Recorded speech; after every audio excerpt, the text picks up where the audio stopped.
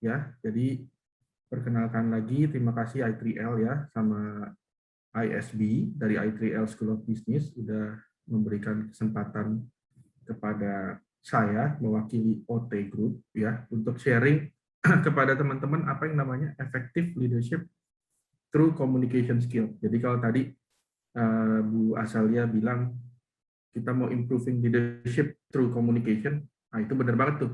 Paling penting, paling pertama yang kita perlu asah adalah communication skill. Jadi sebelum masuk saya singkat, ya seperti biasa izin kepada I3L, saya juga harus bawa yang namanya brand perusahaan. Ya, jadi saya sedikit singkat kenalkan apa itu OT. Ya, teman-teman mungkin kenal sebagai namanya orang tua.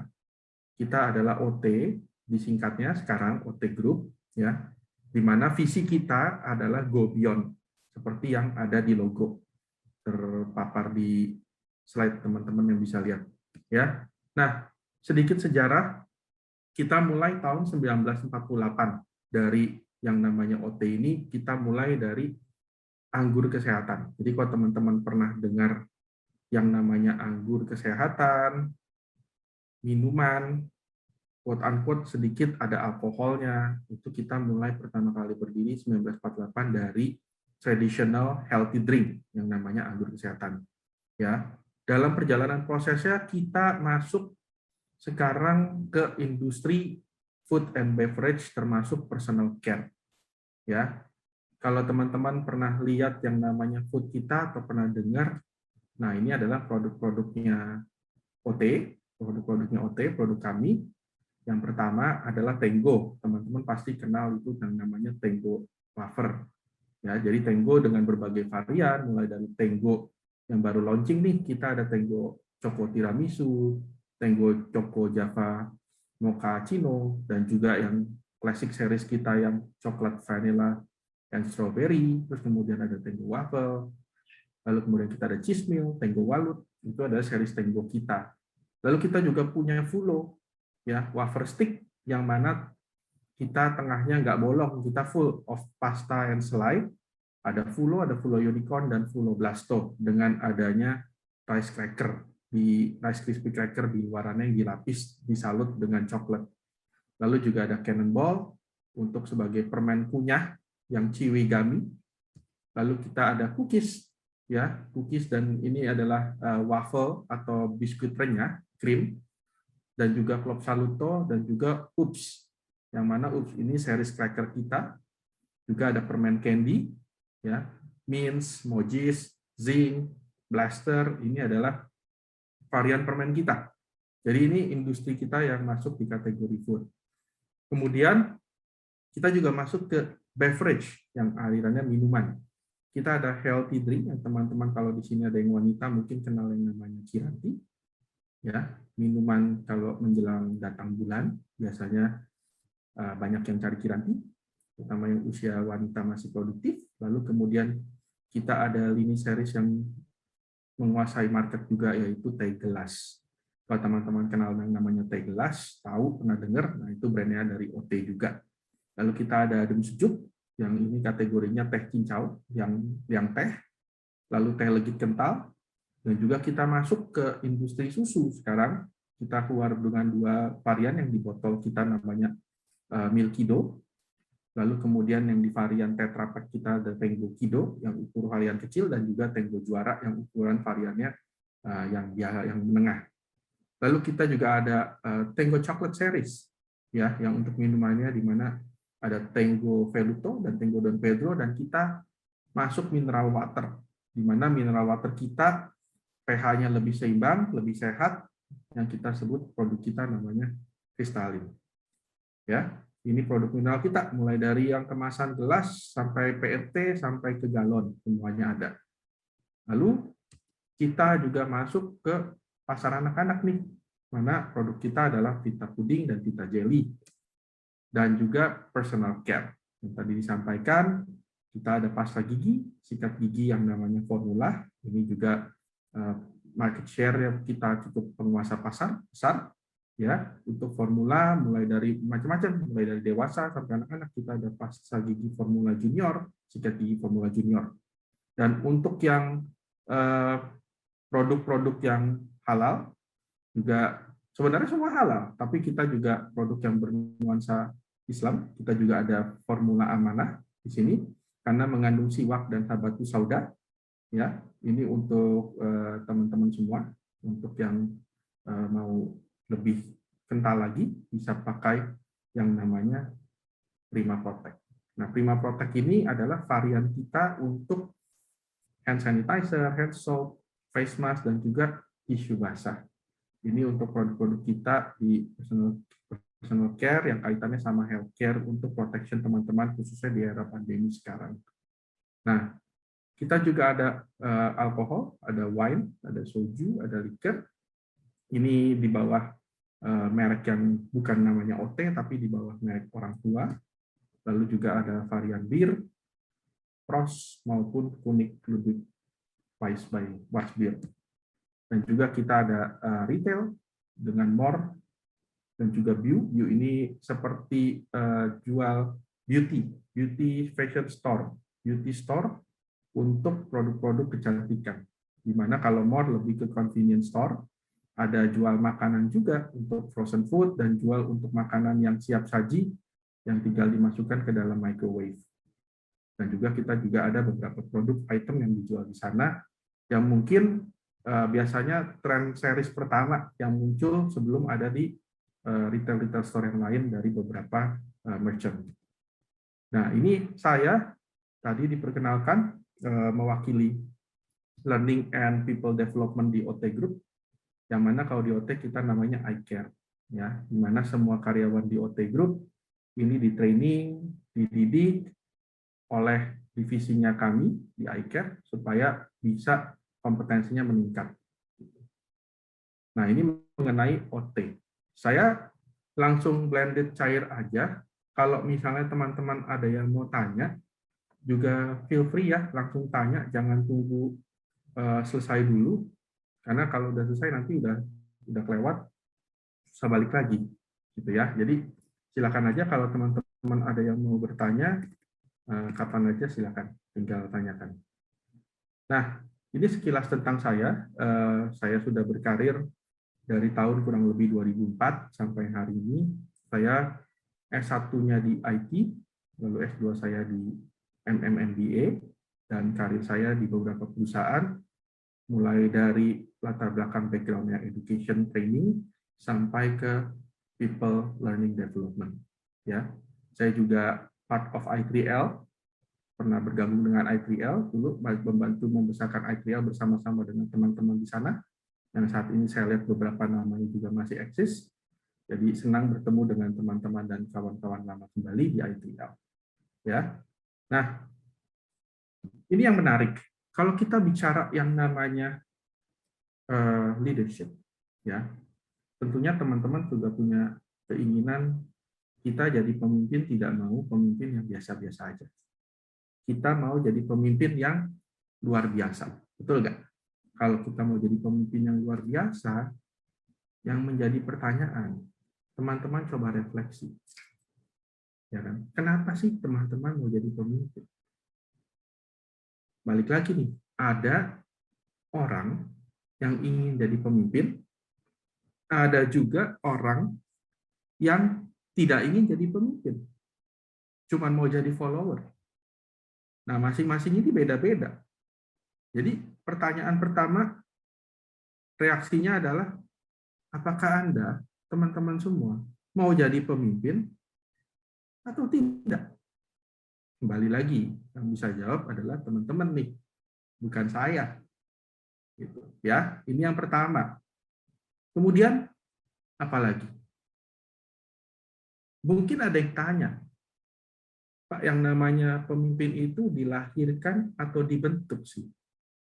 Jawabannya menurut Stephen Covey, yang bikin bukunya Seven Habits, ya, pemimpin itu tidak dilahirkan, tidak dibentuk, tetapi semuanya self-made. Artinya kita jadi pemimpin karena kita memilih untuk menjadi pemimpin. Bukan karena dipaksa, bukan karena dari lahir kita sudah ditasbihkan menjadi pemimpin, bukan. Tapi karena kita yang ingin. Jadi balik lagi nih, passion-nya teman-teman apa sebagai seorang pemimpin. Ya. Nah, pertanyaan berikutnya, kalau tahu Seven Habit, tahu kan? Seven Habit yang bikin bukunya Stephen Covey. Jadi bagi teman-teman, saya juga menyarankan teman-teman yang belum ngerti Seven Habits, belajarlah Seven Habits karena banyak ilmu di sana tentang kepemimpinan yang basic, 7 prinsip dasar. Ya, 7 prinsip dasar yang teman-teman harus miliki untuk menjadi seorang pemimpin. Ya. Nah, berikutnya adalah leadership roadmap. Saya yakin teman-teman semua mau sukses. Tapi pertanyaannya mau sukses itu gimana caranya? Pak, saya mau jadi orang profesional. Ya. Di OT banyak profesional. Tetapi banyak juga profesional yang tidak bekerja profesional. Sehingga perlu yang namanya perbaikan terus-menerus. Terhadap siapa? Terhadap diri sendiri. Ya, salah satunya adalah terus belajar. Di OT kita semua terus belajar untuk apa? Mengasah kompetensi dan juga karakter. Ya, karakter apa? Karakter pemimpin. Ya, pemimpin itu ada yang lembut, ada yang keras, ada yang halus, ada yang kasar. Di semua organisasi, di OT, semua karakter pemimpin itu ada. Tidak ada yang benar, tidak ada yang salah, karena semua prinsipnya adalah profesional, bekerja bersama-sama untuk mencapai tujuan dan target perusahaan. Tidak boleh ada tujuan pribadi di dalam kita bekerja di dalam suatu organisasi. Ya, jadi tujuan kita adalah mensukseskan perusahaan. Saya bekerja tujuannya mensukseskan OT, membesarkan nama OT. Supaya apa? Kredibilitas kita meningkat sebagai seorang profesional, pemimpin, dan juga trust kita terbangun saat kita bekerja sama di dalam lintas bisnis unit, lintas divisi, baik di dalam internal OT atau ketika kita bertemu dengan network, bersosialisasi dengan orang-orang dari luar. Salah satunya saya di sini diminta oleh I3L, ISB, untuk bisa hadir sebagai narasumber, pembicara. Tujuannya kita membangun network bersama-sama agar I3L dan OT brandnya meningkat. Menuju apa? Sukses. Di mana sukses ini nggak bisa dibangun sendiri, tapi bersama-sama. Ya, karena kita perlu menuju sukses, satu langkah awal adalah kita perlu berkomunikasi dan berinteraksi. Ya, ada tahap kepemimpinan. Pasti semua orang kalau dari awal masih basic, tahapannya masih benar-benar ya saya junior, ya. Terus nanti kemudian kita di dalam komunikasi berinteraksi pasti juga dengan atasan, dengan rekan kerja, dan juga dengan tim. Ya. Serta di dalam kesuksesan sebagai seorang pemimpin, kita harus terus-menerus berubah. Ya, kalau di kami di OT kita namakan adalah perbaikan terus-menerus terhadap diri maupun tim, maupun divisi, maupun organisasi.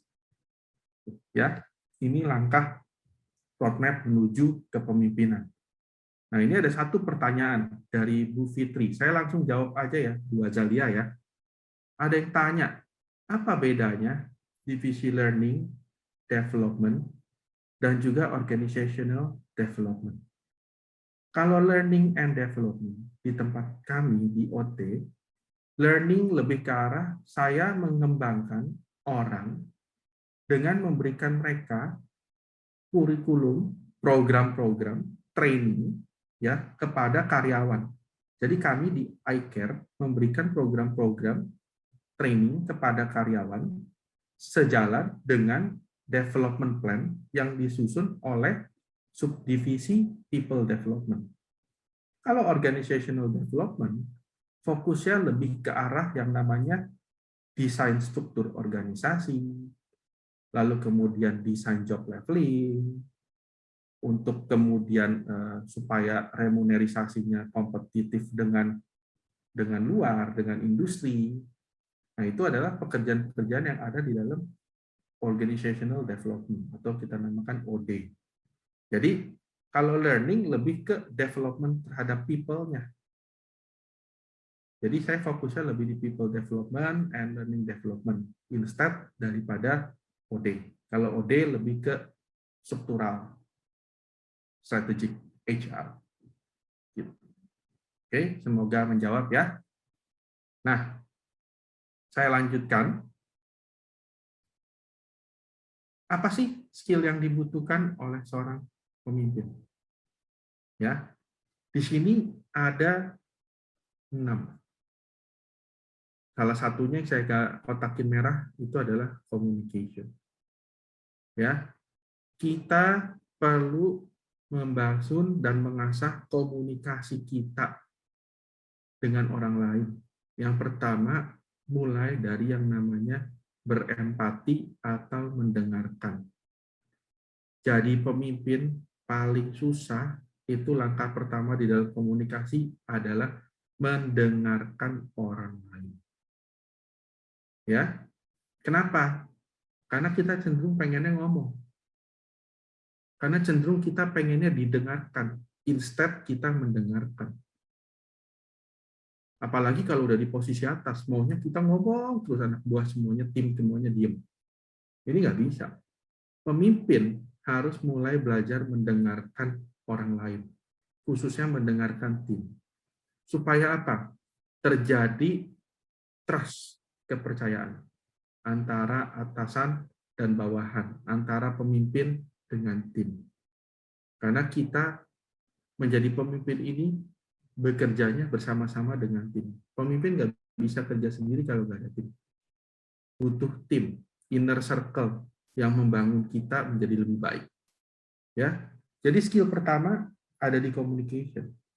Lalu apa lagi? Ada yang namanya strategic thinking. Kalau udah jadi pemimpin, berpikirnya harus strategik. Kita nggak bisa micromanage pekerjaan administrasi. Pertanyaan-pertanyaan yang keluar lebih ke arahnya 1 tahun, 2 tahun, 3 tahun, 5 tahun lagi, kita mau bawa organisasi ini kemana? Apa rencana bisnis, rencana kerja yang teman-teman buat sebagai seorang pemimpin? Itu di dalam planning. Tapi strategic thinking, gaya pikirnya. Kita harus logis, kita harus kritis, kita harus bisa menganalisa, kita harus bisa punya kreativitas, kita harus punya inovasi. Itu ada semua di dalam yang namanya strategic thinking. Baru kita bikin tadi rencana kerja, dan selain cuma bikin rencana, jangan cuma bisa bikin rencana nih, tapi prakteknya susah. Udah di planning, bisa diimplementasi, di deliver. Itu baru plan sama dengan delivery. Dan delivery harus lebih bagus daripada yang kita plan. Itu targetnya. Lalu kita harus punya people management. Artinya apa? Kita harus bisa memberikan inspirasi, memberikan motivasi, memberikan arahan kepada orang-orang yang bekerja sama kita. Dan ketika kita memilih tim, kita harus bisa memilih tim yang tepat. Kadang-kadang kita nggak bisa memilih, karena kita ketika dipromosikan, kita udah dapat given tim yang udah ada. Namun ketika dengan tim yang ada, bagaimana kita membangun apa? Koneksi dengan mereka. Ya. Lalu ada change management, di mana kita harus menerus melihat industri sekeliling kita.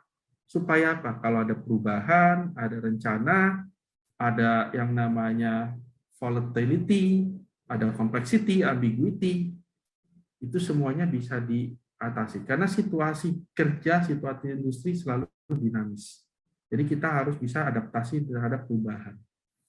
Dan juga kita harus bisa punya persuasi dan influence. Kita harus bisa mengencourage orang-orang di tempat kita untuk bisa terus maju, bisa terus belajar, dan bisa memanfaatkan kompetensinya mereka untuk terus-menerus sukses dalam membesarkan organisasi. Itu adalah skills yang dibutuhkan oleh teman-teman kalau mau jadi pemimpin. Salah satu aspek di sini adalah yang diminta bahas adalah komunikasi. Ya. Nah, ini ada pertanyaan lagi dari AF Saifullah. Ya, saya coba jawab. Bagaimana mempertahankan value produk hingga saat ini? Satu yang paling gampang. Kita harus mengenal apa itu yang namanya konsumen kita dan apa yang dibutuhkan oleh mereka. Karena ketika kita buat produk yang dibutuhkan konsumen.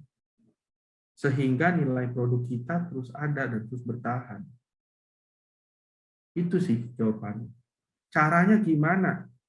Kita harus menerus melakukan aktivitas marketing, aktivitas branding, ya, memperkenalkan OT kepada masyarakat supaya masuk di yang namanya top of mind, di kepala konsumen.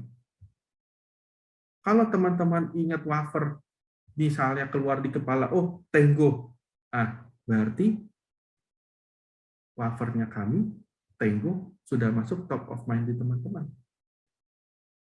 Kalau kita ngomong air mineral, terus teman-teman keluarnya kristalin, mudah-mudahan ya, itu artinya apa? Merek kita mulai ada di kepala konsumen. Ketika merek sudah ada di kepala konsumen, sudah tersebut dan teringat, maka value produk kita akan bertahan. Ya, itu semoga menjawab apa yang ditanyakan oleh Pak AF Saifullah. Lalu ada pertanyaan lagi nih dari yang nggak tahu namanya siapa. Pak, bagaimana kalau bawaan kita sudah dipimpin tapi nggak bisa digalakin di sisi lainnya? Seperti apa nih? Bagaimana kalau bawaan kita sudah dipimpin tapi nggak bisa digalakin di sisi lainnya? Oke, mudah-mudahan saya nggak salah dalam memahami pertanyaannya. Ini teman-teman, kalau sudah jadi pemimpin, bukan kata-kata galak, tapi tegas. Ya, bedain nih galak sama tegas. Galak cuma bisa marah-marah nggak kasih solusi. Tegas itu kayak marah-marah, tapi kita juga kasih solusi. Kenapa?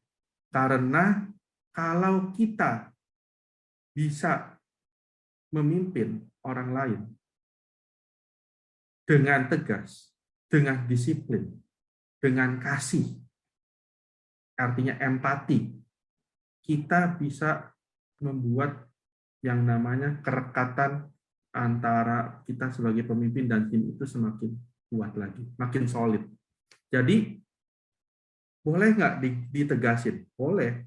Dan teman-teman harus pastikan, jangan sampai ada konflik antara atasan dan tim. Maksudnya apa? Konflik di sini. Misalnya,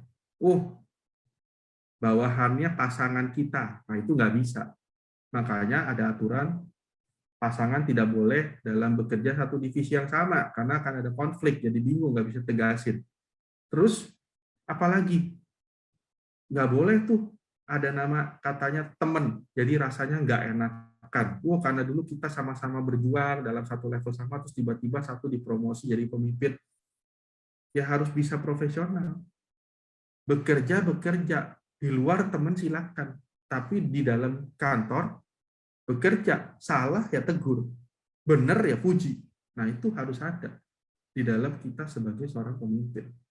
Nggak bisa nggak enakan, nggak bisa sungkan, terus jadinya kompromi. Kalau kita kompromi, organisasi yang rugi, perusahaan yang dirugikan. Jadi nggak boleh yang namanya kita rasa nggak enakan. Jadi harus tegas, ya. Semoga tadi menjawab. Nah, sebelum saya lanjut ke pertanyaan berikutnya, saya coba masuk lagi ke dalam slide. Nah, Pak, apa ya Pak, komunikasi itu penting? Ini survei loh dari McKinsey tahun 2021 bulan September. Dari artikelnya berjudul Defining the Skills Citizen Will Needs in the Future World of Work. Kita lihat, ini adalah kompetensi yang dibutuhkan oleh teman-teman semua kalau mau jadi pemimpin, kalau mau kerja di masa depan. Yang saya kotakin, komunikasi. Kembali lagi, komunikasi. Ya, ada yang namanya storytelling. Ya. Maksudnya apa? saat kita presentasi, kita harus bisa bercerita. Nggak bisa kaku. Public speaking, ngomong di depan orang, nggak boleh gemeteran, nggak boleh tegang. Biasa aja. Kan kita mau sharing, mau speaking. Ya, bertanya pertanyaan yang tepat. Nah, ini pertanyaan ini penting. Supaya apa? Supaya pertanyaan yang kita keluarkan ketika kita jadi pemimpin adalah pertanyaan yang sifatnya terbuka, yang membuat tim kita ini berpikir dan bisa bercerita lebih banyak lagi. Bukan kita yang kebanyakan ceritanya. Gitu. Lalu kemudian apa?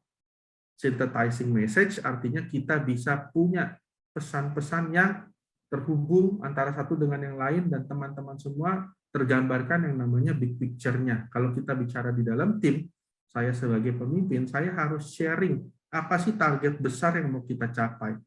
Lalu bagaimana cara saya sebagai pemimpin, saya punya visi, saya punya misi, disamakan dengan organisasi punya visi dan misi, ini disamakan bagaimana kita bridging untuk bisa mencapai target divisi yang kita inginkan supaya sejalan dengan target besar organisasi. Nah, ini harus di-synthesizing, disamakan, disejajarkan atau apa istilahnya, ditarik garis benang merahnya. Dan yang terakhir tadi, active listening. Balik lagi kan, mendengarkan. Itu penting banget. Ya. Nah, ini dari McKinsey. Sebelum pertanyaan, saya lanjut lagi. Kita mau jadi baik di dalam komunikasi. Apa sih?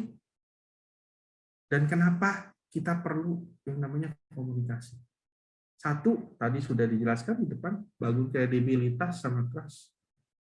Kedua, tujuannya kita bisa berkomunikasi supaya kita bisa empowering tim. Kebayang nggak kalau kita punya pemimpin nggak bisa ngomong? Nggak bisa ceritain apapun yang ada di kepala dia, pasti rusak. Dan tim akan banyak yang resign atau keluar dari divisi tersebut. Karena apa? Nggak bisa diajak ngomong.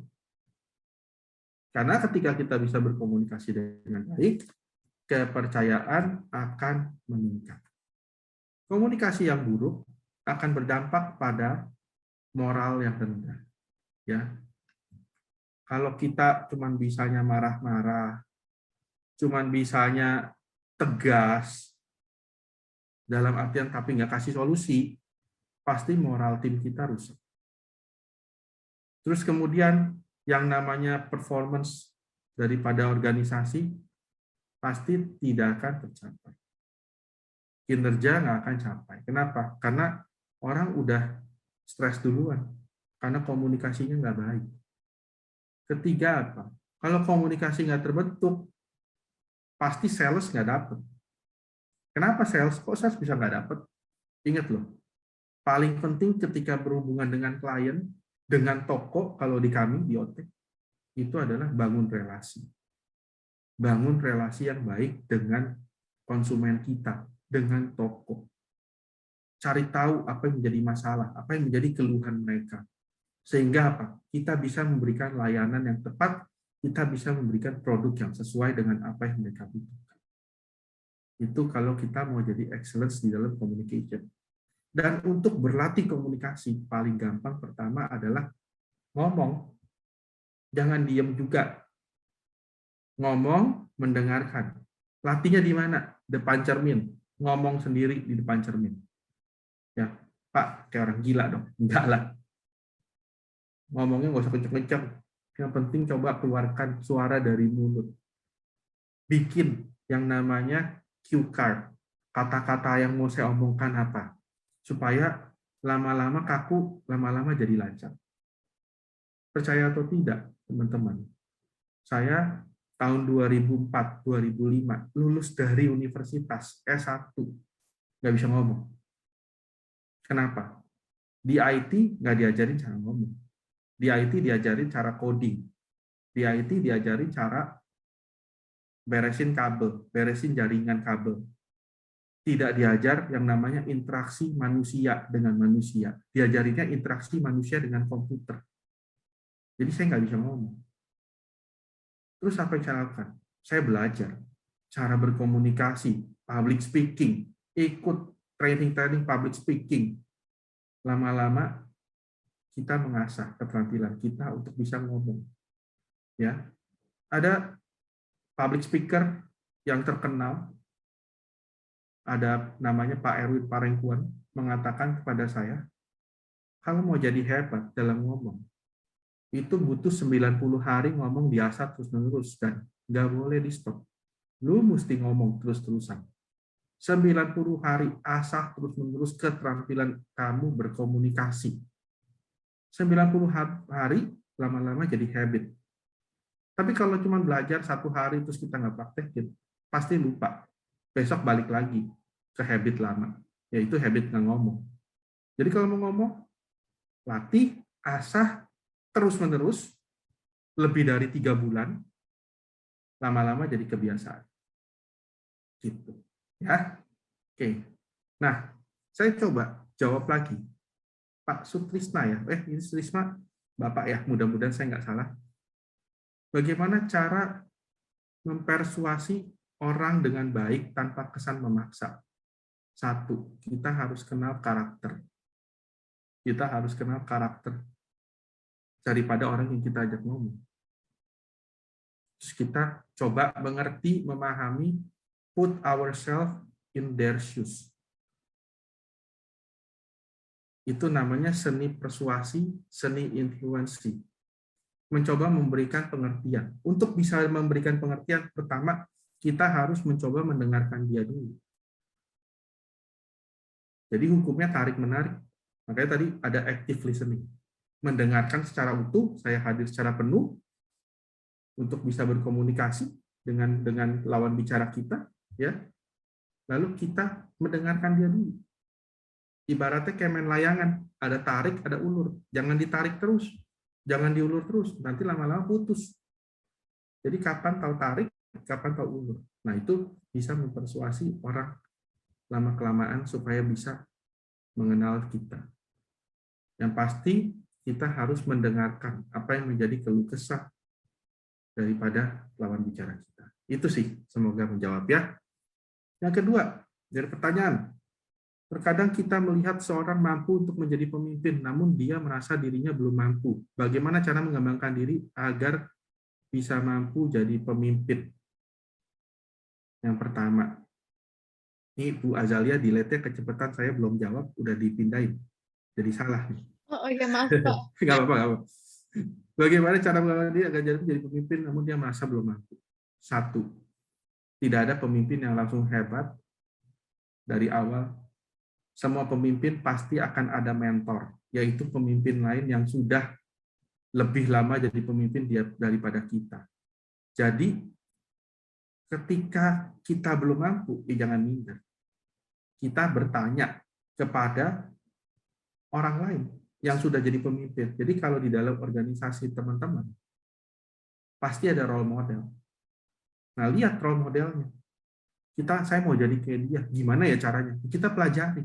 Kita bertanya, Pak, Bu, kalau mau jadi kayak Bapak atau Ibu, caranya gimana?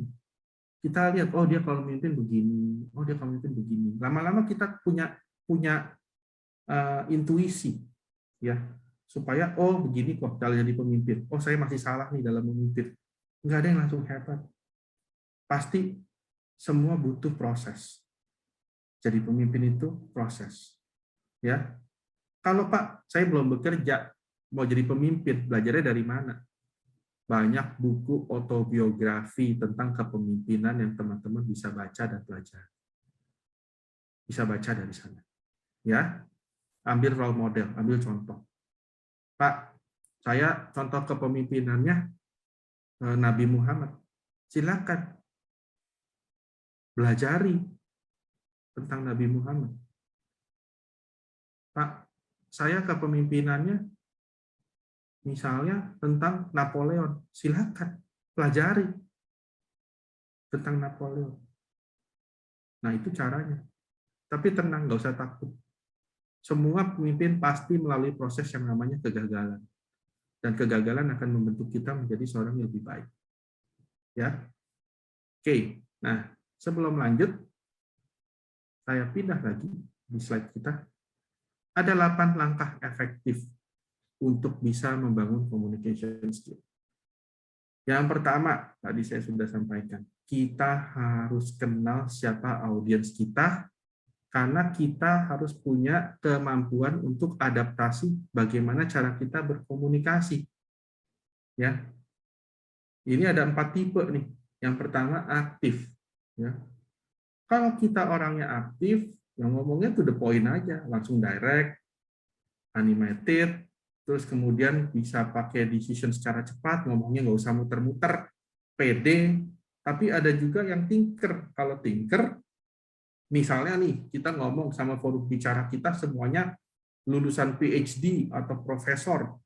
Nah, itu kan semuanya pemikir. Kalau pemikir, kita harus siapin data lebih banyak lagi. Cara ngomong kita harus objektif. Sebelum kita ngomong, kita harus mikir dulu, kira-kira kalau kita ngomong A, B, C, dia bakal nanya apa ya? Gitu. Ya.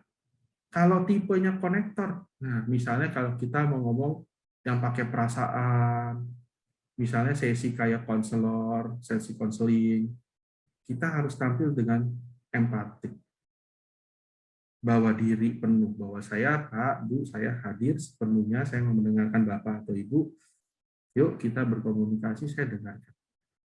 Sama lah sama teman-teman semua di sini yang misalnya sudah pacaran, ya, konektor.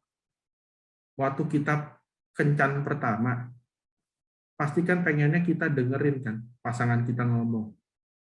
Terus kita manggut-manggut, terus kita ketawa, kita seneng, kita puji-puji.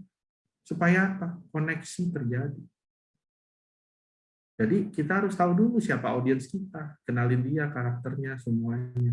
Itu langkah yang pertama. Ya. Nah, di sini saya balik lagi ke pertanyaan Bu Wanda Putri bertanya, bagaimana cara interaksi antara atasan dan bawahan? Jadi dalam kepemimpinan tidak ada anggapan pemimpin hanya diperbudak dan bawahan merasa enjoy dalam kita memimpin. Balik lagi, ini pemimpin apa bos? Kalau kita mau jadi bos, pokoknya tahu beres deh. Kita datang kantor, tidur aja, kasih perintah kepada orang lain. Nah, itu bos. Kalau pemimpin, enggak. Pemimpin turun ke bawah bersama-sama dengan tim. Jadi kalau teman-teman merasa diperbudak, balik lagi, refleksi dulu. Sebelum kita menyalahkan atasan kita. Ya, apakah kita memang diperbudak atau perasaan saja?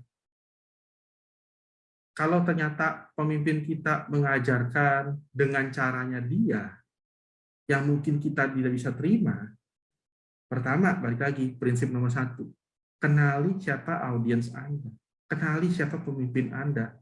Kok pemimpin saya ngomongnya kayak gini ya? Kok pemimpin saya ngomongnya begini ya? Cari tahu apa yang mendasari, apa yang melatar belakangi. Belum tentu loh kita diperbudak. Cuman memang gaya prinsipnya aja yang keras. Teman-teman kalau masuk di militer, ya, pertama kali masuk militer, emang ada pemimpin di dalam militer yang lembut. Semuanya pasti teriak-teriak, banguninnya tengah pagi buta. Apakah tujuan mereka mau memperbudak kita? Tidak.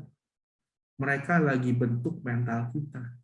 Mereka lagi bentuk disiplin kita, supaya kita jadi pemimpin militer, tentara yang tangguh, yang kuat, yang nggak mudah dikasih, di-bribe atau disuap, yang ketika kalau lagi perang ketangkep, disiksa, nggak gampang bocorin rahasia.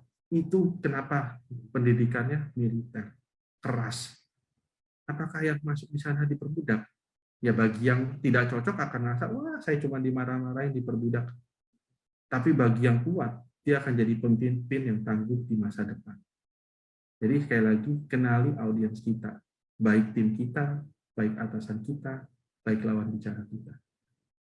Ya, itu dalam komunikasi. Nah, next, active listening. Ya, kita harus menjadi pendengar yang baik.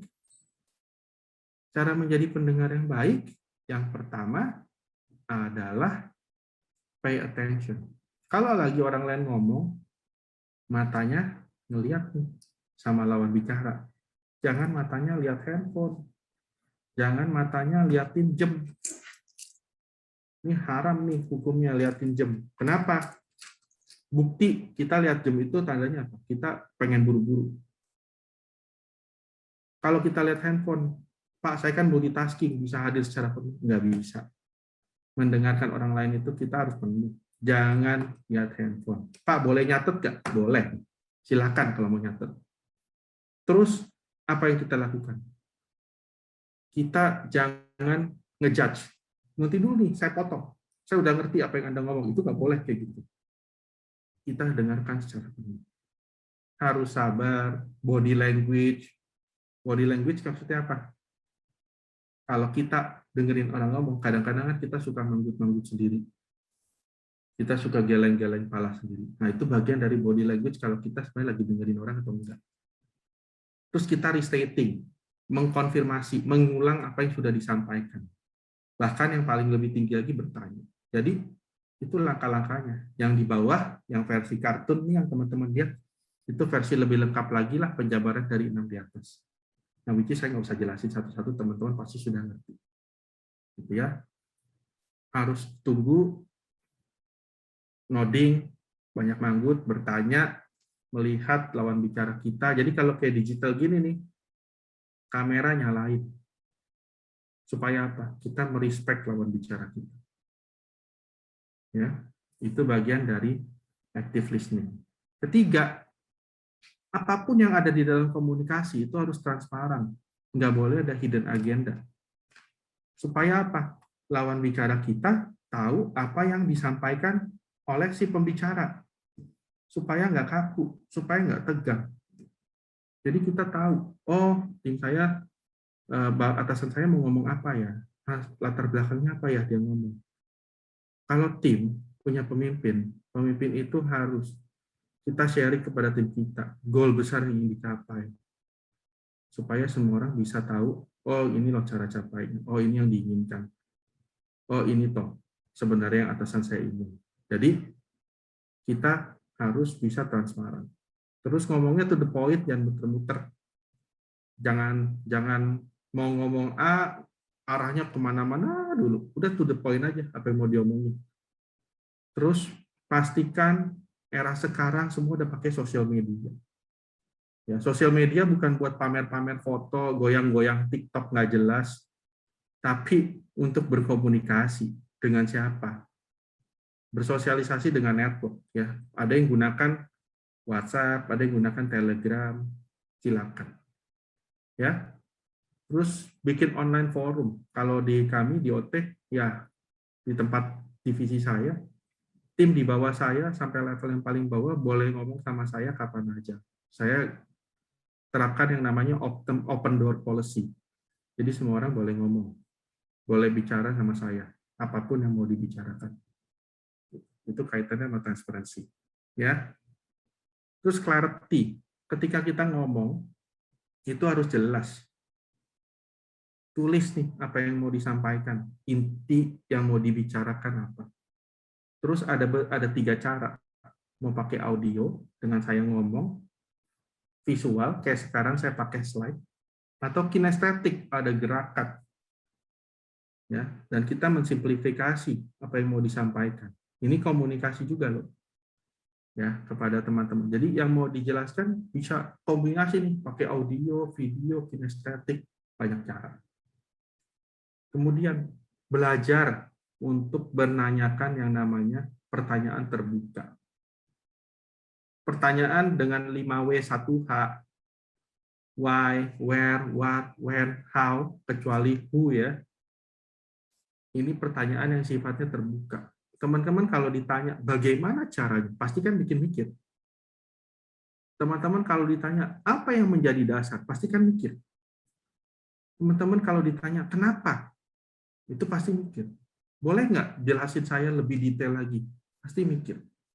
Bukan pertanyaan yang jawabannya cuma ya, tidak, oke, tidak oke. Nah, itu pertanyaan yang sifatnya tertutup. kalau seperti itu. Jadi kalimat tanyanya harus dibentuk dari awal kalau kita jadi pemimpin. Nggak boleh pertanyaan mengarahkan aja. Ya. Lalu kemudian, ketika kita berempati, kita harus bisa melihat dari sudut pandang orang lain. Terus kita mengapresiasi, ketika kita berkomunikasi sama manusia loh, bukan sama binatang. Jadi janganlah kita sebagai pemimpin keluarkan kata-kata yang ada di kebun binatang atau kata-kata kotor. Ya, kenapa? Kita harus apresiasi mereka sebagai manusia. Kalau punya pemimpin yang ngomongnya selalu pakai bahasa kotor, lebih baik teman-teman yang berpikir ulang. Apakah teman-teman mau beradaptasi di sana, atau teman-teman lebih baik cari tempat lain? Karena atasan seperti itu udah kategorinya toksik. Apalagi kalau ada pemimpin di dalam tiap hari kerjaannya ngejelekin perusahaan, itu udah toksik banget. Kalau kita punya pemimpin kayak gitu, kita harus lapor sama HR. Kenapa? Kalau enggak, orang-orang di bawah pemimpin itu akan keluar semua. Dan organisasi yang rugi. Jadi, pemimpin toksik itu pemimpin yang rusak. Dan kalau ada pemimpin toksik, itu harus segera diberesin. Bukan salah anak buah, bukan salah tim, salah orang tersebut. Oknum kita sebutnya. Tapi organisasi yang rugi. Dan itu tidak boleh dibiarkan. Terus kita mesti memahami yang namanya perasaan orang lain. Caranya gimana? Manusia itu paling gampang perasaannya. Lihat dari mukanya udah kelihatan. Lihat dari matanya udah kelihatan. Terus kita bisa berkomunikasi untuk bisa saling mengerti. Untuk mengenal karakter orang kan caranya kita mesti ngobrol. Dari ngobrol kita dengerin, kita tahu apa ternyata orangnya begini, ternyata orangnya begitu dan lain sebagainya. Ya. Terus kita mesti bisa yang namanya body language. Ya. Artinya apa? Kita mesti bisa bersikap, punya badan gerakan yang terbuka. Ketika kita ngobrol, biasakan tangan jangan di kantong. Kayak gini nih kantong nih, ini salah nih. Kenapa? Kalau tangan di kantong artinya kita orang yang tertutup. Dan ingat, bahasa tubuh itu porsinya lebih besar, 55%, daripada kata-kata. Jadi ngomong aja nggak cukup, tapi bahasa tubuh lebih penting. Dan juga nada suara. Ya, nada suara. Untuk bisa memastikan kita benar-benar punya intonasi nggak datar. Tetapi kita punya intonasi itu bisa dimahami oleh orang-orang lain yang di sekitar kita. Oke? Yang terpenting bukan apa yang kita sampaikan, tetapi dari bagaimana cara kita mengatakannya kepada orang lain. Bagaimana kita menyampaikannya. Cara kita ngomong, intonasi kita, itu yang penting. Ya. Dan apa message yang kita sampaikan. Oke? Nah, terus kemudian saya masuk lagi ke pertanyaan. Sekarang pertanyaan berikutnya. Apa ya ini? Bagaimana kita berkompromi pada saat bekerja pada family business di mana peran pendiri perusahaan masih dominan?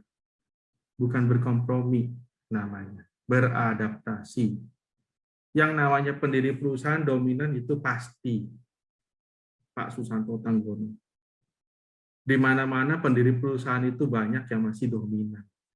Dan kita harus adaptasi.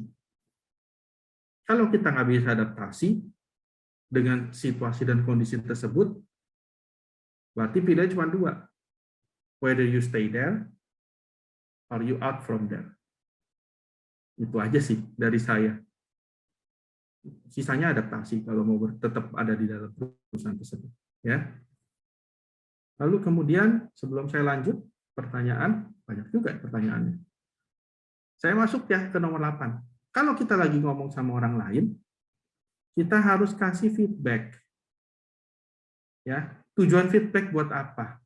Untuk meningkatkan produktivitas, untuk meningkatkan performance daripada lawan bicara kita. Bayangkan, kalau kita ujian atau ulangan, nilai kita jelek, kita harapannya apa? Pengen kan dosen kita, guru kita ngasih tahu kita salahnya di mana, ngasih penjelasan biar saya tahu perbaikannya apa.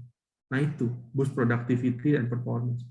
Kalau ada tim kerjanya jelek, kita sebagai pemimpin harus ngobrol, cari tahu apa yang menjadi masalah, kenapa dia kinerjanya jelek. Jangan aja jelek karena ada masalah di keluarga, yang mana dia nggak bisa ngomong sama kita. Ketika kita tahu masalahnya, kan kita nggak perlu marahin dia, kan kita nggak perlu tegur dia. Kita kebantu kasih solusi supaya masalah keluarganya cepat beres dan akhirnya dia bisa bekerja lagi dengan baik. Karena ada tim yang memang belum sanggup pisahin masalah keluarga sama profesional kerja. Kita harus bantu. Terus bisa apa lagi kalau kita ngobrol? Orang yang diajak ngobrol bisa tahu, oh dia punya kelebihan, kekurangan apa, jadi dia bisa develop diri dia. Dan engagement, kerekatan antara tim dengan pemimpin itu makin terjadi. Dan segala hal sebelum dia makin besar, itu udah diberesin. Ya, kalau ibaratnya kita di keluarga atau pasangan, kalau lagi berantem, makin diem, makin ributnya makin gede. Betul nggak?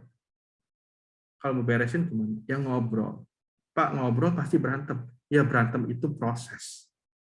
Proses feedback untuk bisa keluar unek-unek, keluar masalah, solusi beres. Daripada diem, terus berasumsi, bikin hipotesa sendiri masing-masing, akhirnya masalahnya makin besar, makin besar, makin besar karena asumsi masuk, beresinnya makin susah. Jadi kalau prinsip kerja ada masalah sama orang lain dalam komunikasi, cara pertama legowo, kalau salah ngaku salah, kalau benar ya berpegang pada prinsip, terus kita ngobrol sama lawan bicara kita untuk beresin. Bukan dengan gebrak-gebrak meja, bukan dengan berantem, gebuk-gebuk apalagi. Ngobrol, berkomunikasi. Ya. Nah, terakhir dari slide saya sebelum saya masuk ke Q&A lebih jauh, ya. Kalau kita ngobrol sebagai seorang yang ngomong nih harus punya 3 kemampuan. Balik lagi tadi, listening skill, mengunderstanding apa yang diomongkan orang lain, dan kasih feedback. Dari yang mendengarkan harus berlatih bertanya dan merencanakan apa yang mau dikatakan dan apa yang mau ditanyakan. Yang namanya cultural difference, tidak adanya feedback, ini harus bisa dibereskan. Supaya strategi, ketika kita diskusikan rapat, itu bikin strategi, ketika kita ngobrol kan pasti ada strategi kalau bekerja. Ini strategi untuk membereskan, memperbesar organisasi, ini bisa tercapai. Ya. Sebelum saya masuk ke slide terakhir, yang video, saya kembalikan dulu kepada Bu Azaliah untuk bantu saya bacain pertanyaan karena banyak juga. Dari saya sih sharingnya sampai di sini ya kalau untuk leadership. Semoga bisa menjelaskan ke teman-teman semua. Siap Pak Daniel, terima kasih banyak atas penjelasan mengenai leadership-nya yang sangat informatif dan juga sangat menarik perhatian teman-teman sekalian untuk bertanya ya mengenai bagaimana sih cara memproses leadership yang baik seperti ini. Oke, saya langsung masuk ke Q&A yang tadi sudah dibantu Pak Daniel menjawab ya selama mempresentasikan. Pertama dari Anonymous Standy.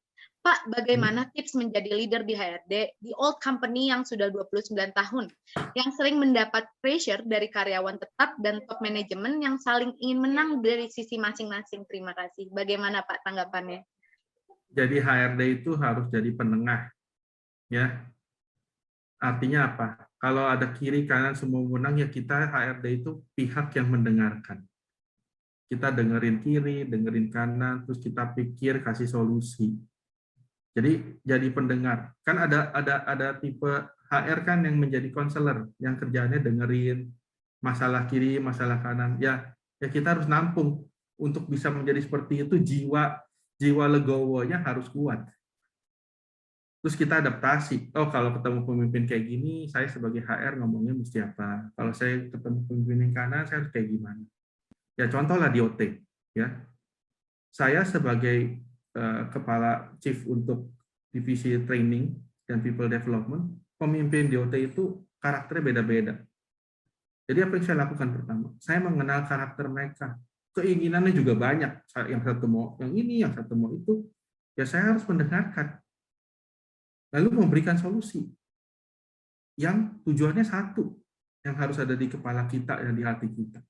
Saya kerja tujuannya buat perusahaan, buat OT. Bukan buat diri sendiri aja nih, tapi buat OT dulu. Karena kalau OT maju, saya pasti maju. Tapi kita nggak perlu ngomongin. Gitu. Jadi prinsipnya adalah ya kita harus selama apa yang diinginkan oleh pemimpin lain itu tidak merugikan perusahaan, ya kita harus bisa beradaptasi, bisa mendengarkan dan kasih solusi. Itu sih. Ya. Oke, terima kasih banyak Pak Daniel untuk jawabannya. Jadi teman-teman kita juga harus bisa beradaptasi dan mengetahui karakteristik kepemimpinan seseorang itu seperti apa untuk melakukan negosiasi yang baik. Oke, selanjutnya ada pertanyaan dari Maudi. Siang Pak, saya Maudi ingin bertanya, menurut Bapak bagaimana manajemen perasaan dalam menjadi pemimpin? Agar pemimpin tetap bisa mengajak staf menyelesaikan tugas dengan amanah, tanpa ada rasa sungkan dalam hatinya, serta tanpa membuat staf merasa terbebani. Terima kasih. Oke. Nah, jadi pemimpin itu harus profesional. Kata kunci profesional adalah hilangkan rasa perasaan. Perasaan ini, perasaan bukan artinya kita kerja tanpa perasaan ya. Tetap ada perasaan sebagai seorang profesional. Tapi jangan merasa sungkan atau nggak enak atau bikin orang terbebani. Ya selama kerja, tugas, hak dan kewajiban diberikan sesuai dengan job description, sesuai proses kerja yang ada, ya jalankan. Kita punya tim supaya tim bantu kita dalam mengeksekusi apa yang kita plan. Kalau kita juga yang ngeplan, kita juga yang ngerjain, terus kita setiap mau kasih kerjaan ke bawah kita nggak enakan karena aduh kasihan pulangnya malam, ya memang harus jalan. Kalau pemimpin yang bagus, timnya pulang malam, pemimpinnya pulangnya lebih malam. Kalau pemimpinnya pulang tepat waktu, ya timnya juga pasti ikut tepat waktu. Yang pasti satu, kerjaan kejar deadline. Deadline harus beres. Nggak bisa semua pulang on time, tapi kerjanya berantakan. Jadi, kalau mau jadi pemimpin yang bagus, yang hebat, nggak usah ada rasa sungkan. Nggak usah rasa nggak enakan. Kecuali, mohon maaf nih, misalnya, kalian memang mau incar, anak buah itu mau jadi pasangan, nah itu beda cerita. Itu mungkin ada rasa nggak enakan. Ya, itu beda lah ceritanya ya. Oke. Oke, terima kasih banyak untuk jawabannya Ya. Pak Daniel. Terima kasih juga Maudi untuk pertanyaannya. Langsung ke pertanyaan selanjutnya dari admin MSR. Izin tanya Pak, bagaimana jika menemukan salah satu karyawan ketahuan bohong? Bagaimana treatmentnya? Karena karyawan tersebut menjadi andalan dan kalau langsung dipecat agak susah cari penggantinya. Bagaimana Pak? Nah, itu prinsip. Kalau di kami di OT prinsipnya integritas. Kalau karyawan bohong, zero tolerance. Mau dia performanya sebagus apapun, zero tolerance. Ya, kita tidak boleh mentoleransi kebohongan. Karena orang tersebut kalau udah sekali bohong, apalagi kalau bohongnya urusannya penjualan, ya udah no tolerance, PHK PHK. Karena perusahaan yang dirugikan. Dan ketika kita ngobrol sama orang yang pernah bohong, kita nggak tahu apa yang dia omongin itu benar apa enggak. Karena udah kebiasaan bohong. Jadi buat kami, TOT, buat saya, zero tolerance buat yang bohong. Ketahuan, selesai. Kalau nggak ketahuan, beda cerita ya. Nanti ketahuan, ya selesai. Apalagi kalau bohongnya urusan nih, keluarga. Misalnya, selingkuh. Wah, itu bohongnya udah habis dah. Sama. Kita zero tolerance juga. Karena mengganggu organisasi untuk mencapai tujuan. Jadi kita zero tolerance sih kalau untuk bohong di kami ya. Oke, semoga menjawab. Oke, terima kasih banyak Pak Daniel untuk jawabannya. Move ke pertanyaan selanjutnya dari Anonymous. Izin bertanya, bagaimana model leadership yang cocok di saat kondisi pandemi seperti saat ini? Inovasi leadership-nya seperti apa? Kalau sekarang yang adaptif, yang cepat berubah, yang tangkas, agile bahasanya. Ini pandemi, kita nggak pernah tahu besok jadi apa. Hari ini PPKM level 2, minggu depan nggak tahu bisa PPKM level berapa.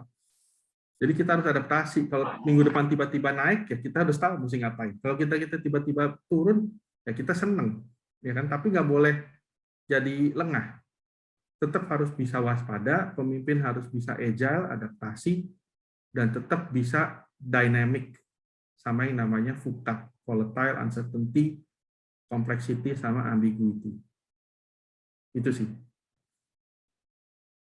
Oke, terima kasih banyak Pak Daniel untuk jawabannya. Jadi harus bisa agile ya teman-teman sekalian. Iya. Move ke pertanyaan selanjutnya. Siap Pak, terima kasih banyak Pak. Move ke pertanyaan selanjutnya dari klaim Ahmad Solihin. Apakah ada metode khusus untuk membentuk sikap atau mental juang dalam menghadapi resiko tantangan kerja maupun kehidupan yang pada akhirnya pada masa pensiun terkena sindrom power karena tidak memiliki organisasi dan besar dan hanya satu yaitu keluarga? Wah, banyak yang ngebahas tentang family business sepertinya Pak. Kalau punya mental semangat juang, kalau ada budget, ikut deh pelatihan di ketentaraan. Makanya kenapa Menteri Pertahanan kita, Bapak Prabowo menyampaikan, harus ada yang namanya wajib militer. Buat saya sih penting loh sebenarnya. Itu latih banget yang namanya disiplin. Mentalnya supaya nggak tempe, dihentak dikit nangis-nangis.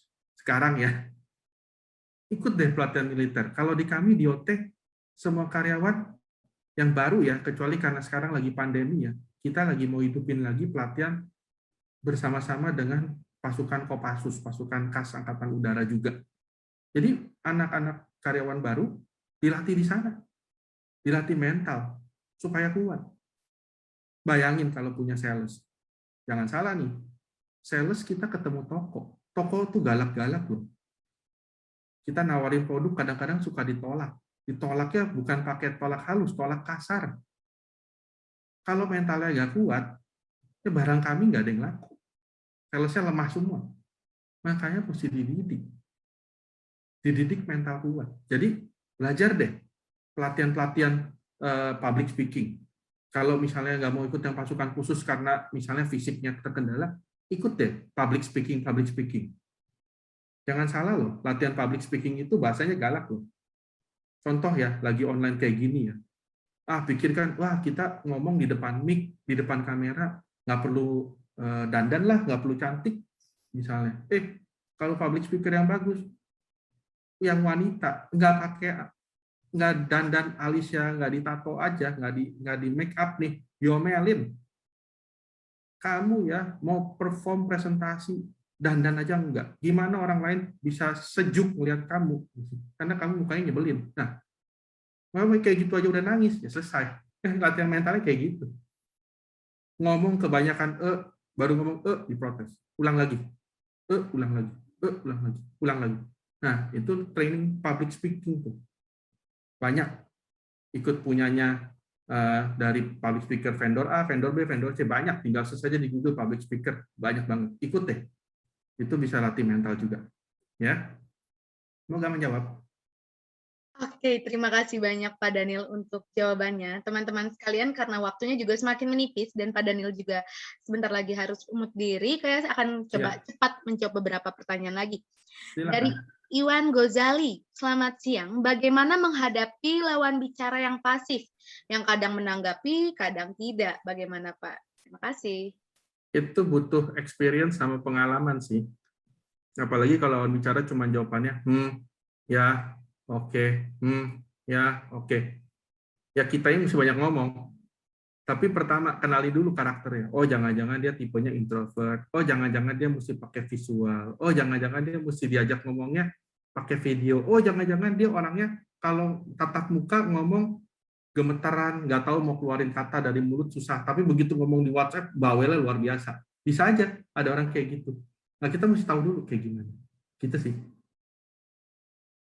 Oke, siap Pak. Terima kasih banyak atas jawabannya. Lanjut lagi ke pertanyaan dari Tommy Erikson. Selamat siang Pak Daniel, saya mau menanyakan, bagaimana cara menghadapi, tadi udah ya, yang sistem old, oke.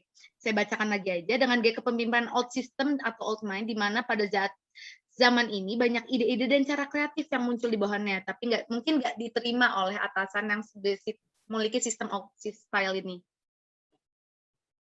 Kalau kayak gitu jawabannya satu. Kalau kita orang yang pengen banyak ngomong tapi posisinya masih di bawah, atasannya nggak bisa terima, pilihannya dua, adaptasi atau udahlah pindah perusahaan, kayaknya nggak cocok. Nggak bisa diapa-apain lagi, karena kita nggak punya power. Mau paksa atasan ngomong juga nggak akan berubah.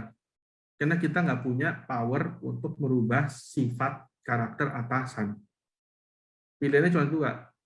If you don't have the power, you need to only adapt or you quit from them. If you have the power to change the culture, you need to change the culture. But if you don't have the power, don't do it. Stres sendiri. Gitu. Ya. Oke, terima kasih atas jawabannya Pak Daniel. Selanjutnya saya move lagi ke Syamsul Arifin. Bagaimana tips menjaga keseimbangan antara mengajak bawahan ikut berpartisipasi atau berkontribusi dalam berkomunikasi, atau memberikan feedback namun diisi lain menjaga juga agar bawahan yang banyak bicara, yang nyinyir, suka nyambar, negatif, dan lain-lain tetap terkendali. Terima kasih, benar banget nih. Banyak banget yang kayak gini. Satu, paling gampang bikin forum diskusi. Usahakan gunakan yang namanya flip chart, terus kemudian gunakan post-it, atau gunakan yang namanya sticky note, gunakan spidol. Kalau kita mau jaga keseimbangan supaya semua bisa berkontribusi, bikin diskusi brainstorming. Bikin satu pertanyaan, daripada semua ngomong bantah-bantahan, apalagi ngomongnya, oh enggak loh, saya nggak setuju, saya maunya gini. Nah, enggak. Semua ngomong tulis. Dari tulis itu yang satu kritik, terus suruh mereka ngumpul, solusinya mau apa. Jadi kasih alatnya, wadahnya, buat mereka punya wadah ngomong. Jangan cuman audio nih, bantah-bantahan. Mendingan kasih papan, sticky note, spidol, tulis semuanya. Nggak setuju, jangan cuman bilang, saya nggak setuju. Tapi setiap ketidaksetujuan sertai. Menurut Anda apa? Jadi balik lagi, pertanyaannya terbuka. Kalau kamu nggak setuju, menurut Anda apa?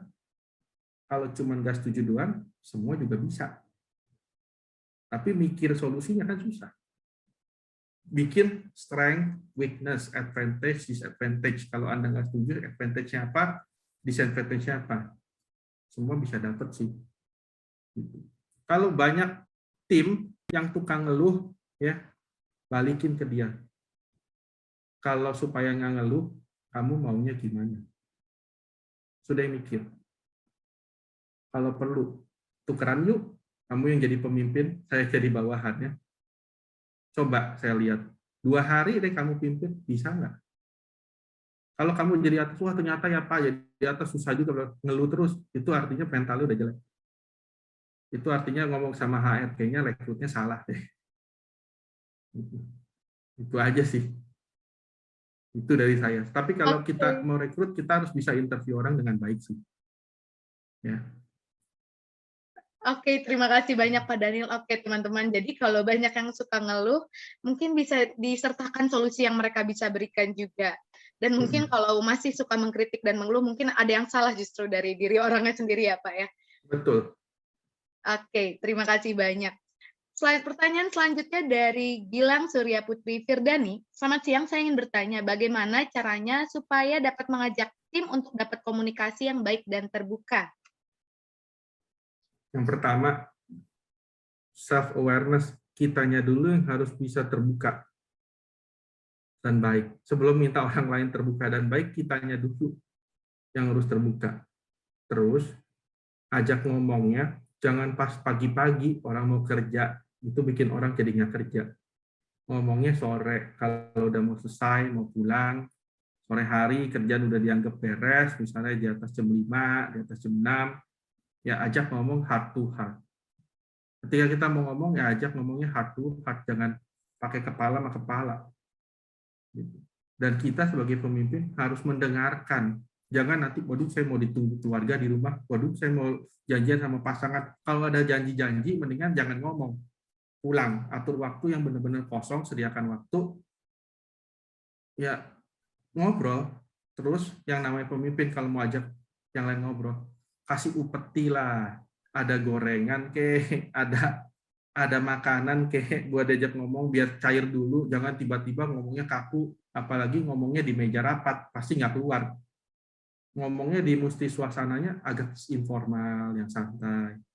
Orang lama-lama bisa keluar kok. Apa yang jadi curhatannya, unek-uneknya lama-lama isi cerita. Itu sih dari saya. Siap Pak Daniel, terima kasih banyak.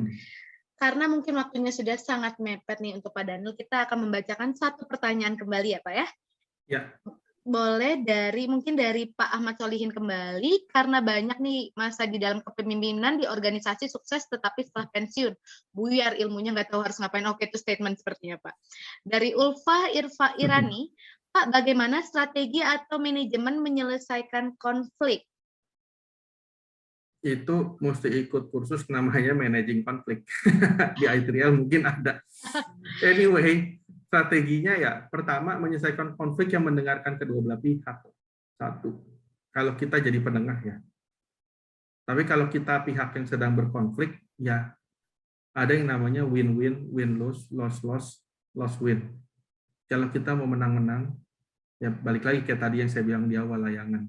Tarik ulur lah, kita dengerin dulu. Kita punya prinsip, tapi kita dengerin dulu orang lain ngomongnya apa. Jangan debat kusir lah, kayak pemerintahan DPR segala macam berusik banget, tapi nggak ada solusi buat rakyat.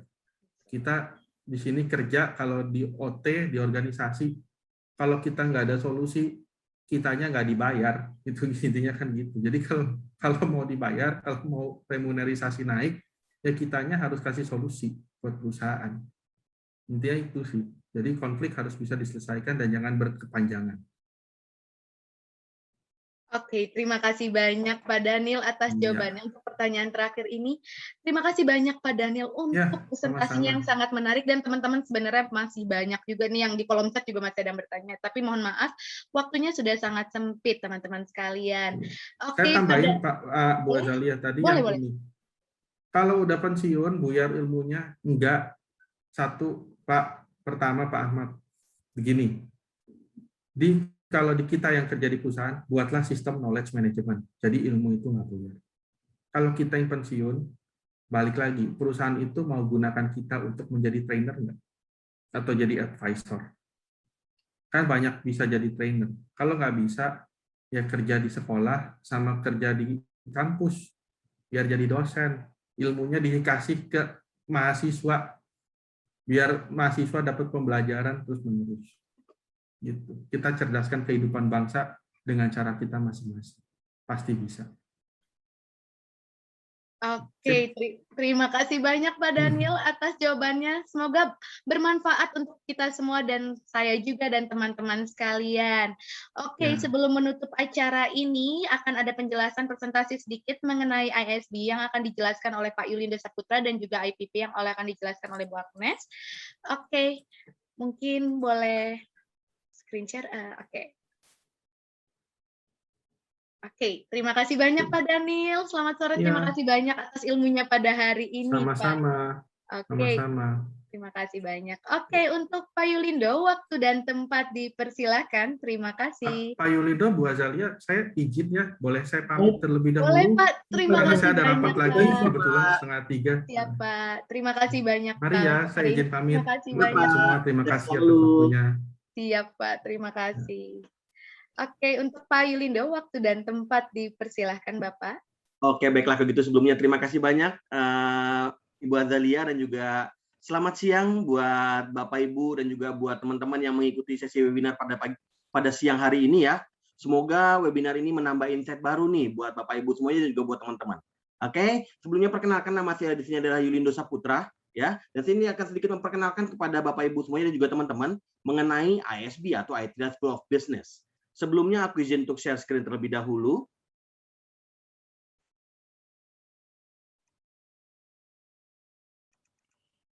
Oke, mungkin di sini udah bisa dilihat untuk layarnya ya.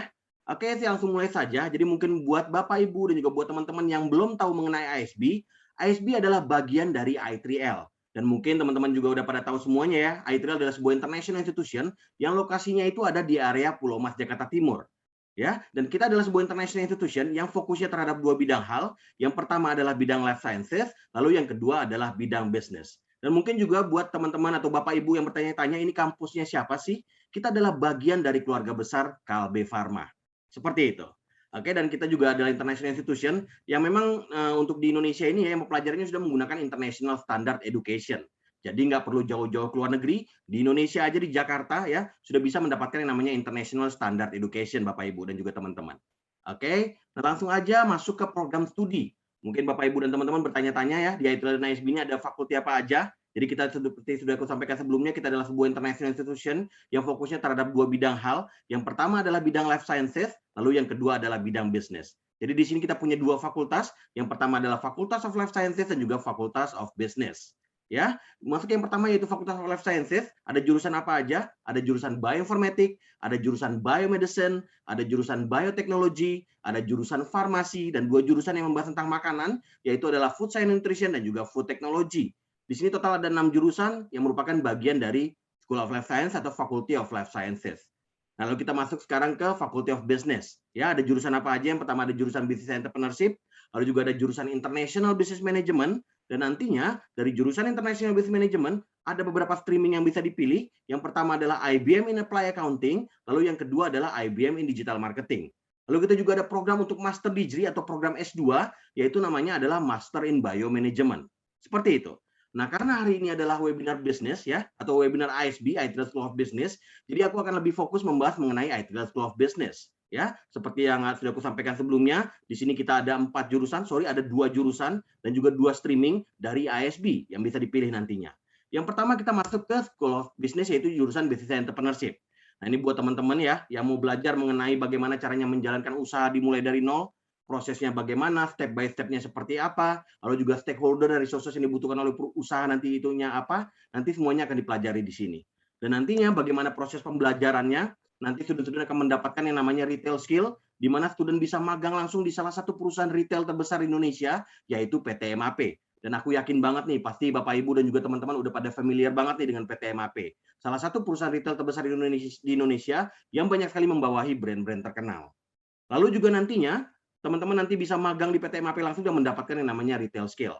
Dan juga ada yang namanya entrepreneurship skill, di mana kalau untuk pembelajaran menjadi wirausaha di ISB, ini kita adalah Practical Learning University, jadi student akan mendapatkan suatu praktik pembelajaran secara langsung, yang mana nanti student bisa mendapatkan opportunity untuk bisa menjalankan suatu project bisnis yang nantinya akan dibiayai oleh kampus sampai dengan 100 juta rupiah untuk menjalankan project bisnisnya. Dan nggak cuma diberikan funding dana atau modal aja, tapi juga akan disediakan mentor yang akan membantu nanti dalam menjalankan project bisnisnya, ya, membantu untuk mengarahkan project bisnisnya mau bagaimana. Nanti akan ada mentor yang disediakan. Ini adalah pembelajaran di bidang business entrepreneurship. Lalu kita masuk ke jurusan berikutnya, itu jurusan International Business Management, ya. Ini buat teman-teman yang mau belajar bagaimana caranya expand bisnis yang nggak cuma dalam skala nasional saja, tapi dalam skala internasional. Nanti akan belajar yang namanya hukum bisnis antar negara, lalu juga akan belajar yang namanya perdagangan antar negara, trading, ekspor dan import, semuanya akan dipelajari di jurusan International Business Management.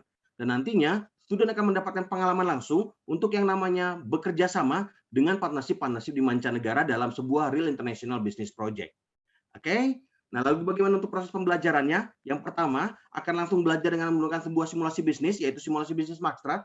Ini adalah sebuah simulasi bisnis yang juga sudah banyak sekali digunakan oleh sekolah bisnis top di luar negeri, dan ISB juga sudah menggunakannya di Indonesia. Dan nantinya student akan mendapatkan pengalaman langsung untuk yang namanya bekerja sama dengan partnership di mancanegara, ya, bekerja sama dengan student-student yang ada di mancanegara. Total ada dari 70 negara yang kita bekerja sama di dalam sebuah real international business project, di mana projectnya juga berasal dari real international company yang ada di luar negeri.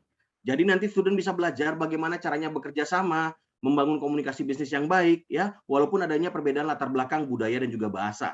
Jadi pembelajarannya akan didapatkan secara langsung, nggak cuma sekedar teori-teori aja. Oke, ini adalah pembelajaran di jurusan International Business Management. Dan nantinya pembelajarannya kita menggunakan simulasi bisnis maksrat. Ini adalah contoh bisnis simulasi yang kita gunakan dalam proses pembelajarannya. Di mana nanti student-student bisa namanya yang menteskan ya untuk yang namanya marketing strategi mereka dalam rencana untuk expand suatu bisnis. Nanti pelajarannya menggunakan sebuah simulasi bisnis maksrat ini.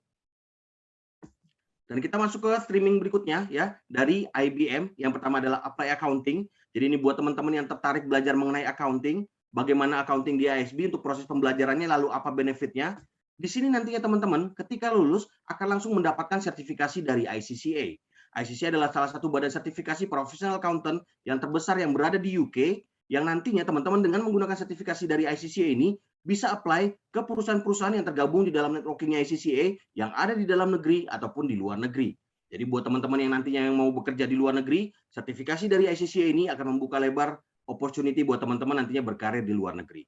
Dan nantinya ketika lulus, nggak cuma mendapatkan satu gelar saja, tapi mendapatkan 2 gelar. Yang pertama mendapatkan gelar International Business Management dari ISB, lalu yang kedua mendapatkan gelar International Accounting dari Overbrook University UK dengan gelarnya adalah Bachelor of Science with Honor in Applied Accounting dari Overbrook University UK. Jadi nggak cuma mendapatkan satu gelar saja, tapi mendapatkan 2 gelar.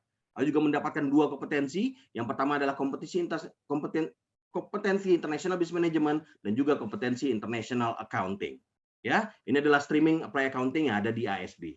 Lalu kita masuk ke streaming berikutnya dari IBM ya, dari International Business Management, yaitu IBM and Digital Marketing. Kalau ini buat teman-teman yang mau belajar bagaimana caranya berbisnis dengan menggunakan media digital atau bahkan menggunakan media sosial sebagai media bisnis, platform yang digunakan apa aja, lalu juga prosesnya bagaimana, step by step-nya seperti apa, nanti akan teman-teman pelajari di sini.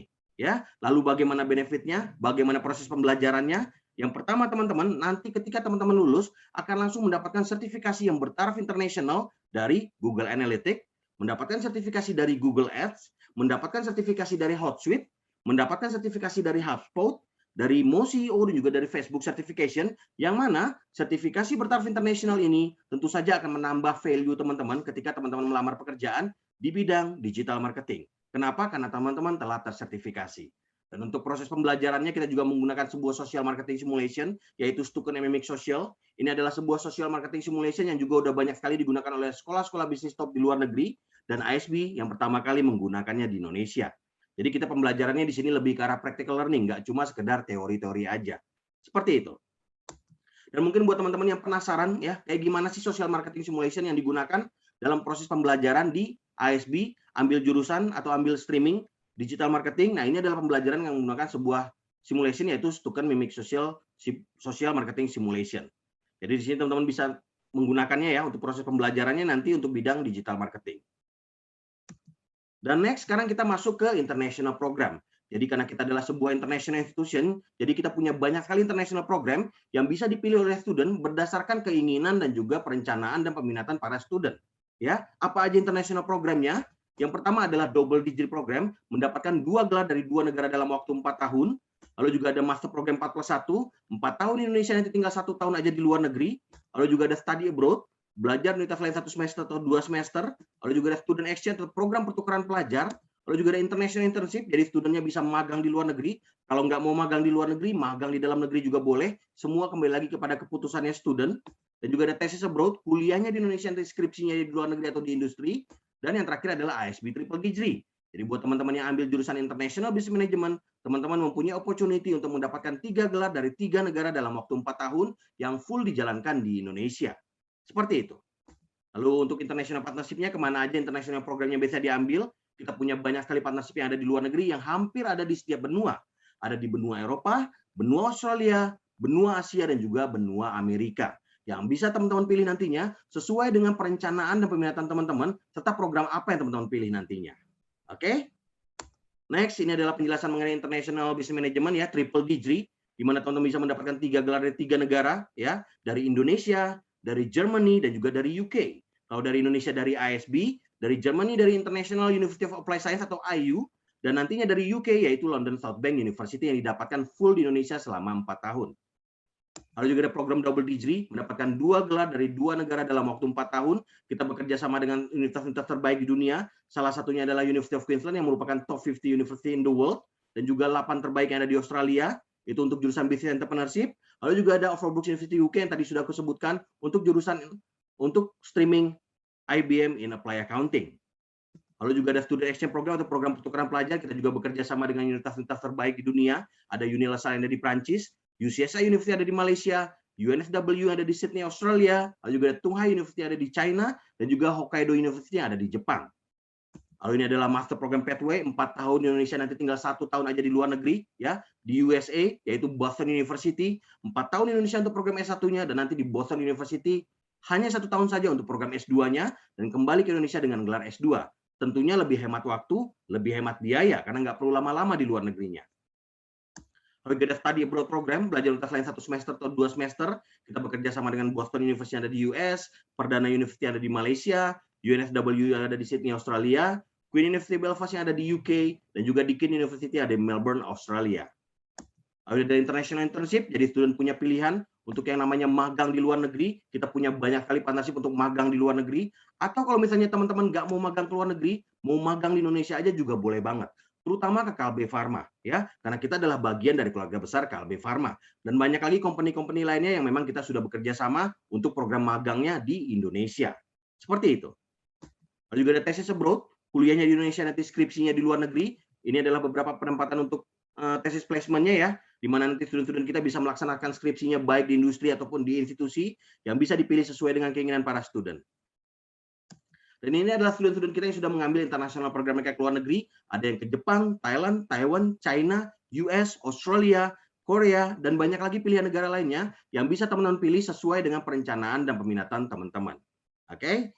Nah, sekarang kita masuk ke tahap admission. Nah, mungkin buat teman-teman yang bertanya-tanya, kira-kira di ITL dan ISB ini apakah ada scholarship atau tidak? Tentu saja ada, terutama buat teman-teman yang sudah kelas 12, ya, yang mungkin teman-teman ikuti untuk webinar kali ini, ya, dan sudah kelas 12 SMA. Teman-teman mempunyai opportunity untuk yang namanya mengikuti jalur scholarship yang ada di I3L ataupun ISB. Yaitu di sini ada scholarship-nya, ada 3 macam jenis scholarship yang bisa teman-teman apply, ya. Di sini jalurnya scholarship-nya itu tanpa tes, ya, buat teman-teman nantinya yang di kelas 12, di mana teman-teman bisa apply untuk yang namanya National Academic Competition Award. Kalau misalnya teman-teman pernah berpartisipasi dalam kompetisi sains nasional ataupun kompetisi bisnis nasional ataupun tingkat internasional, nggak perlu juara, partisipasi aja, teman-teman bisa apply up to 100% untuk 4 tahun alias bebas biaya kuliah. Atau kalau misalnya teman-teman yang nggak pernah ikut kompetisi, nggak apa-apa, kita juga ada yang namanya School Report Scholarship, di mana teman-teman bisa apply dengan minimal rata-rata nilai raportnya adalah 75, teman-teman bisa apply up to 30% untuk 4 tahun. Rata-rata di kelas 10 dan kelas 11-nya, dan sekarang teman-teman sudah kelas 12. Kalau misalnya rata-ratanya lebih tinggi lagi, di atas 75, mencapai 80 atau bahkan di atas 80, tentunya teman-teman bisa apply untuk jumlah scholarship yang lebih besar, yaitu up to 50% untuk 4 tahun. Ya, atau mungkin teman-teman punya prestasi di bidang non akademis seperti musik, seni atau olahraga, teman-teman juga bisa apply up to 50% untuk 4 tahun. Nah, for your information aja, scholarship di ITL dan ISB ini berbeda dengan di kampus-kampus lainnya. Perbedaannya di mana? Kalau scholarship di ITL dan ISB ini dari total seluruh biaya kuliah selama 4 tahun. Jadi nggak terbagi ke dalam berbagai macam biaya seperti uang pangkal, uang gedung, uang SKS, dan uang-uang yang lainnya. Jadi, untuk scholarship yang teman-teman dapatkan berasal dari total seluruh biaya kuliah selama 4 tahun di ISB. Seperti itu. Dan buat sekedar informasi aja buat teman-teman yang udah kelas 12 yang mau coba untuk ikut jalur direct admission-nya atau jalur non-testnya, silakan, akan kita adakan pada tanggal 7 November 2021. Silakan buat teman-teman yang sudah kelas 12 yang mau coba. Ini terakhir ada kontak person saya. Nama saya dari Yulindo Saputra. Kalau teman-teman punya pertanyaan apapun itu mengenai ITL ataupun ISB, bisa langsung kontak aja di nomor 0822 9809 0202. Dan juga di email yulindo.saputra@itl.ac.id. Atau teman-teman di sini bisa cek juga untuk alamat website kita serta alamat Instagram kita. Jadi teman-teman bisa cek segala informasinya di sana. Dan kalau teman-teman yang udah kelas 12 yang mau ikutan, silakan bisa join di tanggal 7 November 2021. Oke, mungkin sekian saja dari saya. Dan saat ini kita masuk ke penjelasan mengenai international program, yaitu IPP, International Pathway Program, yang nanti akan dijelaskan oleh Kak Eba. Oke, kepada Kak Eba, waktu dan tempat saya persilahkan. Terima kasih. Oke, terima kasih banyak nih Kak Lindo atas waktunya. Untuk teman-teman sekalian, aku izin share screen ya untuk menjelaskan sedikit tentang International Pathway Program, yaitu program terbaru yang ada di I3L School of Business. Ya, semoga slide aku sudah terlihat. Sudah? Ya. Oke, terima kasih banyak Kalindo. Ya, jadi seperti namanya nih, International Pathway Program Business ini tentunya kita menawarkan program bisnis di mana teman-teman setelah selesai kelas 12 nanti, teman-teman bisa melanjutkan bersama kita di program ini untuk nantinya setelah 1 tahun sama kita, teman-teman bisa langsung menuju ke universitas pilihan teman-teman di luar negeri. Nah, universitas itu apa aja? Nah, berikut teman-teman. Kita punya beberapa partner universitas yang ada di luar negeri, yaitu misalnya ada Aston University, lalu ada University of Sunderland, kemudian London South Bank University, kemudian ada University of Hull. Nah, teman-teman memang yang di sini baru ada 4 ya, tapi kita juga masih ada partner lainnya. Nah, nanti kalau misalnya teman-teman mau info lebih lanjut, bisa langsung kontak ke tim admisi kita. Nah, kenapa sih teman-teman bisa pilih pathway ini sebagai pilihan teman-teman untuk melanjutkan kuliah setelah SMA nanti? Yang pertama pastinya time saving, karena teman-teman hanya perlu 1 tahun belajar bersama kita di Indonesia, kemudian 2 tahunnya nanti teman-teman akan langsung ke universitas pilihan teman-teman di luar negeri. Kemudian dengan ikut program ini teman-teman nggak perlu takut karena kita menjamin setelah teman-teman selesai dari program kita, teman-teman akan langsung diterima di perguruan tinggi pilihan teman-teman, merupakan universitas partner kita di luar negeri. Selain itu juga pastinya harganya lebih murah ya teman-teman, karena kan teman-teman di Indonesia dulu baru kemudian pergi ke luar negeri. Ini ya contoh-contoh jurusan yang bisa teman-teman ambil kalau teman-teman mengikuti pathway program kita. Ya, ini. Nah, kemudian selain International Pathway Program ini, kita juga punya program yang direct ke IU dan LSBU. Nah, seperti yang sudah dijelaskan oleh Kak Alindo tadi, IU ini merupakan universitas yang ada di Jerman dan LSBU merupakan universitas yang ada di UK. Ini dia program kita, namanya International Pathway Program in Business to IU and LSBU, One Journey, Two Degrees. Jadi teman-teman di sini hanya perlu 1 kali masa pembelajaran, dan nanti teman-teman setelah lulus, teman-teman bisa mendapatkan 2 gelar dari IU atau International University of Applied Sciences dari Jerman, dan juga dari LSBU, London South Bank University yang ada di UK. Nah, gimana sih programnya, Kak? Jadi teman-teman nanti bisa memilih, teman-teman bisa memilih belajar di Bali, Makassar, atau Manado selama 2,5 tahun atau 5 semester pertama.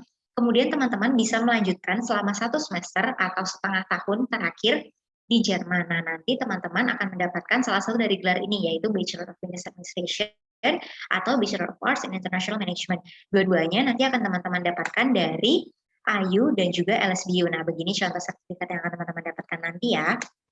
Nah, gimana sih kelebihan program ini dibandingkan program yang lain? Yang pertama, tentunya teman-teman akan sangat hemat waktu, karena hanya dengan waktu 3 tahun teman-teman bisa mendapatkan 2 gelar dari 2 universitas terkemuka di dunia, dan juga teman-teman nanti nggak perlu tambahan waktu lagi. Jadi hanya benar-benar perlu 3 tahun aja teman-teman bisa dapat 2 gelar itu. Dan juga pastinya lebih hemat biaya teman-teman, karena kan 2,5 tahunnya itu di Indonesia dulu. Jadinya pastinya tidak akan semahal kalau teman-teman langsung berangkat ke luar negeri. Selain itu nih teman-teman, yang kita unggulkan juga teman-teman, kalau misalnya join program ini, lalu nanti di semester akhir teman-teman pergi ke Jerman, teman-teman akan mendapatkan visa tinggal atau working permit visa di Jerman selama 18 bulan, di mana nanti career center dari IU akan membantu teman-teman untuk mendapatkan pekerjaan di perusahaan-perusahaan yang telah bekerja sama dengan IU Germany. Ini kira-kira requirements untuk enroll di program kita. Nah, kalau misalnya juga teman-teman masih belum pede dengan Inggrisnya, nggak perlu khawatir, karena kita juga menyediakan program enrichment untuk bahasa Inggris. Jadi teman-teman bisa coba daftar dulu. Kalau misalnya memang Inggrisnya dirasa belum mencukupi, kita menyediakan program 3 bulan yang namanya SPEX program untuk melatih bahasa Inggris teman-teman, supaya nanti teman-teman tidak kesulitan mengikuti perkuliahan kita di program ini, seperti itu. Nah, ini perbandingannya teman-teman, kalau misalnya teman-teman kuliah di luar negeri, di UK atau di Australia, bisa semahal ini, tapi kalau misalnya teman-teman join langsung di program kita, bisa hemat sampai 50% teman-teman, nggak sampai 500 juta, teman-teman bisa kuliah di Indonesia 2,5 tahun, kemudian di Jerman selama setengah tahun, dapat 2 gelar, hanya 50% daripada teman-teman langsung kuliah di luar negeri. Nah, kalau misalnya teman-teman punya pertanyaan ataupun mau tahu lebih lanjut tentang International Pathway Program atau yang langsung ke IU dan LSBU, teman-teman bisa banget nih kontak langsung ke admisi kita atau visit ke isb.ac.id. Terima kasih teman-teman. Oke, terima kasih banyak Ebab untuk penjelasan mengenai APP, dan terima kasih banyak Pak Lindo untuk penjelasan mengenai ISB. Oke teman-teman, apabila ada yang tertarik, tadi di kolom chat udah banyak yang nanya, bisa langsung kontak ke tim admisi yang tadi setelah Pak Lindo jelaskan, setelah presentasi juga ada. Oke, terima kasih banyak yang telah mengikuti rangkaian acara pada hari ini. Sangat menyenangkan bertemu dengan teman-teman sekalian dan juga tim panitia. Terima kasih banyak yang telah hadir, semoga kita selalu dalam lindungan Tuhan dan diberikan kesehatan yang baik. Jangan lupa untuk mengikuti rangkaian acara kita selanjutnya. Stay safe and stay healthy everyone. Link evaluasi sudah saya bagikan di kolom chat. Saya pamit undur diri bersama Pak Lindo, Eba, Pak Noven, dan juga Richard. Selamat sore.